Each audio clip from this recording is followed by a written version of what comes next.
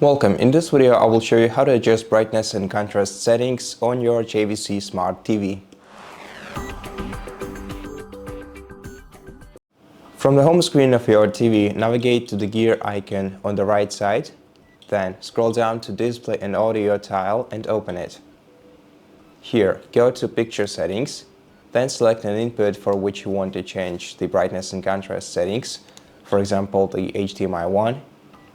And now, in order to change the brightness and contrast, we have to go to Advanced Settings on the sidebar. So select Advanced Settings option, and here you'll have contrast, brightness, as well as some additional settings that you can change, like Sharpness, Tint, Gamma, etc. Now, to change these values, you're gonna have to press OK button on the contrast, for example, and then move the slider either to the left to decrease contrast or to the right to increase it. And once you leave this menu, settings will be applied.